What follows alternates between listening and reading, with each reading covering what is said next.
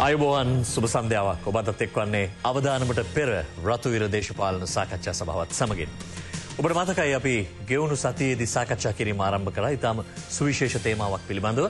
අපි හැම විටකම නිෂ්පාදන අර්ථක්‍රමයක් තුලින් මේ රටේ ස්වයංපෝෂිතභාවයක් එසේනම් මේ රටට අවශ්‍ය නිෂ්පාදන මේ රට තුර වගා කර ගැනීමත් එයින් අනතුරුව ජනතාවට හැකිනම් ගොවීන්ට දිරි ලබා දෙමින් වෙළඳුන්ගේ පැත්ත දියුණු කරමින් අපනයන තත්ත්වයන් දිරිගැන්වීම සඳහා නිරන්තරයෙන් වැඩපිළිවෙලක් ක්‍රියාත්මක වන අතරතුරේදී ගොවීන් පිළිබඳවත් ඒ වගේම වෙළඳුන් පිළිබඳවත් පාරිභෝගිකයන් පිළිබඳවත් කතා වෙනවා වගේම අපි නිරන්තරයෙන් අතරමැදියන් පිළිබඳවත් සාකච්ඡා කරනවා. ඒ නිසා මේ රටේ කෘෂි කර්මාන්තය වේවා වෙනත් කිසියම් දෙයක නිෂ්පාදන ධාරිතාව ඉහළ නැංවීම සඳහාත් එය අලෙවි කර ගැනීම සඳහාත් වෙළඳපළ පිළිබඳව සාකච්ඡා කිරීමේදීත් පාරිභෝගිකයා පිළිබඳව අවධානය යොමු කිරීමේදීත් අතරමැදියා කියන කාරණයත් ඉදිරියට එන නිසා මේ කාලය වෙනකොට පසුගිය කාලයට සාපේක්ෂව ගොවීන් ඒ වගේම අතරමැදියන් සහ වෙළඳුන්ගේ තත්ත්වය මොකක්ද අනාගතයේ යහපත් ප්‍රවණතාව වෙනුවෙන් අපිට මොනවද ගොඩනගාගත හැක්කේ සහ උදා කරගත හැක්කේ කියන කාරණා පිළිබඳව වෙසසින් අද දවසේ සාකච්ඡා කරන්නයි මෙලෙසින් වෙන් කරන්නේ රතුවිර.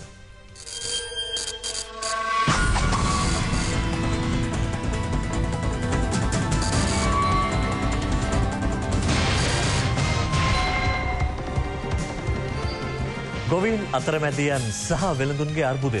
ගොවීන් අතරමැදියන් සහ වෙළඳුන්ගේ අර්බුදය කියන කාරණය ගැන කතා කරන්නේ නිදහසෙන් පස්සේ විවිධ ආණ්ඩු යටතේ මේ අර්බුදය විවිධ ආකාරයෙන් තිබුණා. ඒ නිසා එක් පාර්ශවයකට පමණක් ඇඟිල්ල දික් කරන්න නෙමෙයි අපි මේ කාරණේ පිළිබඳව සාකච්ඡා කරන්නේ. වර්තමානයේ අවදානට ගනිමින් යහපත් අනාගත ප්‍රවණතාවයක් ගොඩනගා ගැනීමයි වඩා බලාපොරොත්තු වෙන්නේ. අද දවසේදී ගොවීන් එහෙම නැත්නම් ගොවිතැනින් ඉතාම සශ්‍රීක ප්‍රදේශ දෙකක මහජන නියෝජිතයන් දෙපළක් අපි බොහොම ගෞරවයෙන් ආරාධනා කළා රතුවිර සඳහා. අපි රජයේ පාර්ශ්ව නියෝජනය කරමින් පිළිගන්නවා කුරුණෑගල දිස්ත්‍රික් පාර්ලිමේන්තු මන්ත්‍රී ශාන්ත බණ්ඩාර මැතිතුමා ඉතාම ගෞරවයෙන්. අයුබෝවන් ඔබතුමාට අයුබෝවන්. ඒ වගේමයි අපි එක්සත් ජාතික පක්ෂයේ අනුරාධපුර දිස්ත්‍රික් පාර්ලිමේන්තු මන්ත්‍රී පී හැරිසන් මැතිතුමාවත් ඉතාමත්ම ගෞරවයෙන් පිළිගන්නවා රතුවිරට. අයුබෝවන් ඔබතුමාට. සේවත් කරන ඔබට 0112 599 132 දුරකථන අංකයේ විවෘතයි වෙනදා වගේම ඔබට සජීවීව අපිත් සමගින් එකතු වෙනකොට ඔබ දන්නවා තුන්වෙනි වටේ ඉඳලා ඔබට මතකයි දෙවෙනි වටේදී එතුමන්ලා මුහුණට මුහුණ ඍජුව එතුමන්ලා ප්‍රශ්න කරන්න සහ ඒවට පිළිතුරු ලබා දෙන්නත් සූදානම් වෙන්න ඉන්නවා. සේපත් කරන වගේ මේ තේමාව අපි හැම කෙනෙකුටම පොදුයි. ගොවීන් එහෙම නැත්නම් මේ රටේ නිෂ්පාදනය කරන්න එලෙසින් එතනින් පස්සේ ඊට මැදිහත් වෙන අතරමැදියන් සහ වෙළඳුන්ගේ අර්බුදය එදා මෙදා තුරු තිබුණු බව මා සඳහන් කළා. වර්තමානයේ වෙනකොට මෙහි තත්ත්වය මොකද්ද? යහපත් අනාගත ප්‍රවණතාව ගොඩනගා ගැනීම සඳහා කළ යුත්තේ මොකක්ද කියන කාරණයට ප්‍රවිෂ්ඨ වෙන්න තමයි අපි බලාපොරොත්තු වෙන්නේ. අපි එතුමන්ලාගෙන් ඉතාම ගෞරවයෙන් ඉල්ලනවා පුද්ගල නාම ආයතන නාම යම් සිදුවීම් විග්‍රහ කරද්දී එහි වගකීම එතුමන්ලා විසින් දැරිය යුතු බව සේම ඔබට ආරාධනා කරනවා කෙටි ප්‍රශ්න ලෑස්ති කරගන්න ඔබේ එතුමන්ලාගේ ගරුත්වය රකිමින් අපි කතා කරන තේමාවට අදාළව ඔබේ කෙටි ප්‍රශ්න ඉදිරිපත් කරන්න. මන්ත්‍රීතුමනි, ගොවීන් අතරමැදියන් සහ වෙළඳුන්ගේ අර්බුදය හැඳින්වීම මේක එක පැත්තකට විතරක් ඇඟිල්ල දික් කරන්න පුළුවන් කාරණයක් නෙවෙයි. විවිධ ආණ්ඩු යටතේ ගොවීන්ගේ ප්‍රශ්න තිබුණා, අතරමැදියන්ගේ ප්‍රශ්න තිබුණා, වෙළෙන්දන්ගේ ප්‍රශ්න තිබුණා. දැන් වර්තමානයේ වෙනකොට මේ රජයේ යටතේ ගොවියන් අතරමැදියන් සහ වෙළඳුන් ඉන්නේ කොයි වගේ තැනකද? පොදික විශේෂයෙන්ම කාලෝචිත මාතෘකාවක් හැටියට මම දකින්නේ අද ගොවියට ගොවිතැන එපා වෙන තත්ත්වයට පත් වෙලා. මම මේක මුලින්ම කියන්න ඕනේ. විශේෂයෙන්ම ගොවියා බලාපොරොත්තු වුණේ අධිකරු ජනාධිපතිතුමා මේ රටේ ජනාධිපති වෙනකොට එතුමාගේ ලොකු විශ්වාසයක් තිබ්බා. මම එහෙම කිව්වේ එතුමාගේ මට මතකයි මැතිවරණ ප්‍රකාශනයේ ඒ වගේ මහින්ද චින්තනයේ ඉදිරි දැක්මේ මේ මැතිවරණ ප්‍රකාශ දෙකේදීම පැහැදිලිව සඳහන් කෙරුවේ ගොවියා රජ කරවන්න. හැබැයි එතුමා බලාපොරොත්තු වෙච්ච දේ එතුමා රටේ ජනතාවට ලබා දුන්නු පොරොන්දුව මේ වෙනකන් ඉටු වෙලාද කියන එක අපිට සැකයක් තියෙනවා. මම එහෙම කිව්ව බුද්ධික විශේෂයෙන්ම ආණ්ඩුව පැත්තේ පළවෙනිම කියයි ගොවියා වෙනුවෙන් අපි විශාල වැඩ කොටසක් කරාහි කියලා. ඒකෙදි ඉස්සරලාම කියන්නේ ගොවියාගේ පොහොර සහන ආධාරය ගැන. හැබැයි පොහොර සහන ආධාරය දීලා බුද්ධික දැන් අවුරුදු 5කටත් වැඩි. හැබැයි පොහොර සහන ආධාරයත් එක්කම අද විශේෂයෙන්ම මේ ගොවිතැන පොහොර සහන ආධාරය දීලත් ගොවිතැන පාඩු පිට ගෙනියන්නේ. මම ඒකට හොඳම උදාහරණයක් කියන මම අද උදේ හෙක්ටර් කොබ්බෑකඩුව ගොවි පරීක්ෂණ ආයතනයෙන් ඉල්ලුවා ගොවිතැන් කරන ක්‍රම ඒදී කුඹුරු අක්කරයක් සඳහා යන වියහේදම් ගැන. මේක මම කියන එකක් නෙමෙයි හෙක්ටර් කොබ්බෑකඩුව පරීක්ෂණ ආයතනය. මම මේක බොහොම වගකීමෙන් කියන්නේ අද උදේ ගෙන්නත්තේ හෙක්ටර් කොබ්බෑකඩුව පරීක්ෂණ ආයතනයෙන්. ඒකෙදි කියලා තියෙනවා කුඹුරු අක්කරයක් සඳහා යන වියහේදම්. විශේෂයෙන්ම බිම් සකස් කිරීමට රුපියල් 11000ක් යනවයි කියලා කෘෂි කොබ්බකඩුව පරීක්ෂණ ආයතනය කියනවා. ඒ වගේම වැපිරීමට කුඹුරු වැපිරීමට රුපියල් 5184යි. ඊට පස්සේ පොහොර යෙදීමට මේ නොමිලේ දෙන නොමිලේ නෙමෙයි ඒක පොඩි ගාණක් අය කරනවා. හැබැයි පොහොර යෙදීමට ඒගොල්ලෝ කියන හැටියට 2115යි. ඒ වගේම කෘෂි රසායනික හා වල් මර්ධනයට 5350යි. ඒත් එක්කම ජල සම්පාදනය හා වගාව රැක බලා ගැනීමට රුපියල් 3000යි. ඒ වගේම ගොයන් කැපීම ඇදීම සඳහා රුපියල් 7500යි. ගොයන් මැඩීමට සහ සුළං කිරීම රුපියල් 6000යි. ඒ වගේම ප්‍රවාහනය සඳහා රුපියල් 2500යි. වෙනත් වියදම් වශයෙන් 3330යි. මුළු වියදම රුපියල් 45979. මේක කෘෂිකර්මයේ සම්බන්ධයෙන් හෙක්ටර් කොබ්බෑකඩුව පරීක්ෂණ ආයතනයෙන් අද උදේ ඒගොල්ලෝ නිකුත් කරපු වාර්තාව. මේකෙදී මම විශේෂයෙන් බුද්ධික කියන්න කැමතියි. මේ ඒගොල්ලම කියලා තියෙනවා මෙච්චර 49000 ගානක මුදලක් යනවායි කියලා. ඒත් එක්කම මම ඔබතුමාට කියන්න ඕනේ විශේෂයෙන්ම අද සාමාන්‍ය එක දිස්ත්‍රික්ක ගත්තාම කුඹුරු අක්කරයක් වගා කරන වියදම් වගේම අක්කරයකට ලැබෙන අස්වැන්න දිහා බලපුවහම අපිට විවිධාකාර අස්වැන්නන් ලැබෙනවා. විශේෂයෙන්ම මම නියෝජනය කරන අනුරාධපුර දිස්ත්‍රික්කයේ සාමාන්‍ය දල වශයෙන් අක්කරයකට වීබුසල් 100ක ප්‍රමාණයක් විතර ලැබෙන්නේ. දල වශයෙන්. ඒක කුරුණෑගල දිස්ත්‍රික්කේනෝ තව ටිකක් වෙනස් වෙනවා. හැබැයි අම්පාර යනෝ තව ටිකක් වෙනස් වෙනවා. කෑගල්ලට එන ඉතාමත්ම පල්ලෙහ තත්ත්වයට රත්නපුරයට තවත් වෙනස් වෙනවා. එහෙම කිව්වොත් දල වශයෙන් අපිට බලාපොරොත්තු වෙන්නේ වී කිලෝ 2000ක් විතර. වී කිලෝ 2000 මේ ආණ්ඩුවේ අද සහතික මිලට කිව්වොත් ඒ කියන්නේ රුපියල් 30 ගානේ සම්බා කිලෝ එකක් ආණ්ඩුව කියනවා රුපියල් 30 ගානේ මිලදී ගන්නවා කියලා. රුපියල් 30 ගානේ මිලදී ගත්තොත් සම්බා වලට ලැබෙන්නේ මේ අක්කරේ හෙක්ටර් කොබ්බෑකඩුව පරීක්ෂණ ආයතනය කියන හැටියට රුපියල් 62610. තව විනාඩි 2යි ඔබතුමාට. 610. එතකොට මෙතන වියදම රුපියල් 45979යි. ඒ වියදම මැරියාම ඉතුරු වෙන්නේ පුද්දික රුපියල් 16634යි. 16634ක් හම්බ වෙන්නේ ගොවියෙකුට කුඹුරු අක්කරයක් කරලා මාස 6ක් ගියාට පස්සේ. මොකද දවසින් දෙකෙන් නෙමෙයි මාස 6ක් ගත වෙන කන්න දෙකයි බොහෝ වෙලාවට අපේ ප්‍රදේශවල ගොවිතැන් කරන්නේ. එතකොට බුද්ධික මේ දින 180කට තමයි මේ රුපියල් 16634 ලැබෙන්නේ. ඉතින් බලන්න මේ 180 මේ දින මේ 16634 180ෙන් බෙදපුවාම ගොවියෙකුට තමන්ගේ දවසේ ආදායම රුපියල් 92යි හම්බ වෙන්නේ. මේක තමයි මේ ආණ්ඩුව කියන ওই රුපියල් 30ට වී මිලදී ගත්තොත් දැන් උදාහරණයක් ඇටියට මේක මේ හරියාක මේ විදිහටම වෙන්නේ නැහැ. පහුගිය දවස්වල රුපියල් 18ට 19ට මම ඊළඟ වටේද කියන්න. රුපියල් 18ට 19 විස්තර වී විකුණා ගන්න බැරුව ගොවිය උද්ඝෝෂණය කෙරුවා. මන්තුනේ අන්තිම මිනිහට මෙහෙම කාරණයක් අපි කතා කරමු. අපි සාපේක්ෂව ඔබතුමා ඊටාම හොඳ ගොවීන් බහුතරයක් ඉන්න පැත්තක මහජන නියෝජිතෙක්. වර්තමාන ආණ්ඩුවේ යටතේ ගොවීන් එහෙමත් නැත්නම් අතරමැදියන් සහ වෙළඳුන් කියන මේ තුන් පාර්ශ්වයම ඔබතුමාට හිතෙන්නේ සතුටින් දෙන්නේ නැත්නම් අසතුටින් දෙන්නේ? පැහැදිලිව මම කියන්නම් මේකේ අතරමැදියා බොහොම සතුටු වෙනවා. අතරමැදියෝ කවුද කියන එකත් මම ඊළඟ වටේද කියන්න. විශේෂයෙන්ම මේකෙදි ගොවියට බලන්න දිනකට රුපියල් 92යි. මහා දවස් 180ක් ගොවිතැන් කරලා තමන්ගේ අස්වැන්න ගෙට ගන්නකොට ඒ මිදල සම්පූර්ණම මේ ආණ්ඩුව කියන මිලට විකුණනත් මේ ක්‍රමයේ යටතේ දැන් බන්දුල ගුණවර්ධන මහත්තයා කියනවනේ අර තනි පුද්ගලයෙකුට රුපියල් 2500කින් ජීවත් වෙන්න පුළුවන් කියලා. එතුමා කියන විදිහට රුපියල් 83ක් ඕන වෙනවා. 2500ට සාමාන්‍යයෙන් මාසයකට ගියොත් රුපියල් 83ක් ඕන වෙනවා. මේ බන්දුල ගුණවර්ධන මහත්තයා කියන විදිහට දිනකට රුපියල් 83කින් ජීවත් වෙන්න බෑ. අද මේ කැඳ බීලවත් බුද්ධික ජීවත් වෙන්න බෑ. මොකද මෙතුමා කියන හැටියට පොල් ගෙඩියක් රුපියල් 30යි. නැත්තම් 35යි. සීනි කිලෝ එකක් රුපියල් 110යි. ඒ වගේම තව මිරිස් එකයි හාල් කිලෝ එකක් ගත්තාම අඩු ගානේ පොල් සම්බෝලයි වතුයි කාලවත් ජීවත් වෙන්න බෑ. ඉතින් අද මම අවසන් කරා. ඒ විදිහට බලපුවාම අද ගොවියට පොල් සම්බෝලයි එකත් වෙන ලුණු කැඳ බීලවත් ජීවත් වෙන්න බැරි තත්වයකට ඇවිල්ලා තියෙන මේ කෘෂි කර්මාන්තේ නිරත වෙන ගොවියට. ඉතින් ඒකයි අදත් ඒකයි මම කියන්නේ පැහැදිලිවම අද ගොවියා ඉතාමත්ම අසීරු තත්වෙන් ඒ වගේම බොහොම දුක්ඛිත තත්වෙන් ජීවත් වෙන්නේ. මොකද ගොවිතැන අතහරිනවද නැද්ද කියන තීන්දුවට ඇවිල්ලායි කියන්නේ. හොඳයි බොහොම ස්තුතියි ඔබතුමාට.